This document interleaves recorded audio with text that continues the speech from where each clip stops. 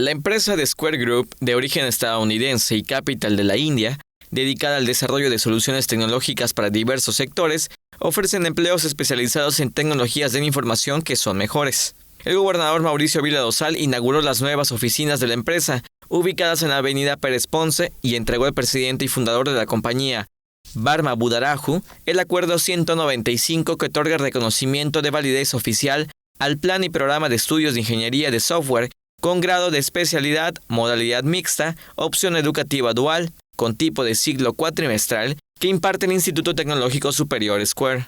La empresa dedicada al desarrollo de software ofrece elevado número de fuentes de empleo para personal especializado con sueldos bien pagados, que fluctúan de los 25,000 pesos para colaboradores recién contratados hasta 50,000 pesos para personas con experiencia.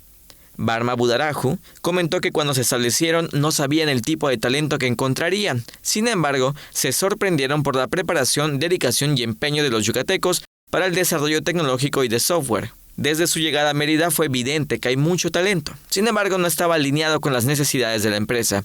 Por eso decidieron entrenar al personal contratado para cerrar la brecha de conocimiento que no tenían. Con la certificación recibida, el Instituto Tecnológico Superior Square ofrecerá 2 cursos al año en programas de 6 meses para formar a profesionales con habilidades requeridas por el grupo, así como otras empresas de tecnologías de la información que se instalen en el estado y requieran personal formado en algún área en específico. Teleyucatán te informa.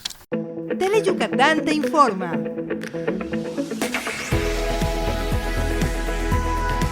Lunes a viernes, 3 de la tarde. Síguenos.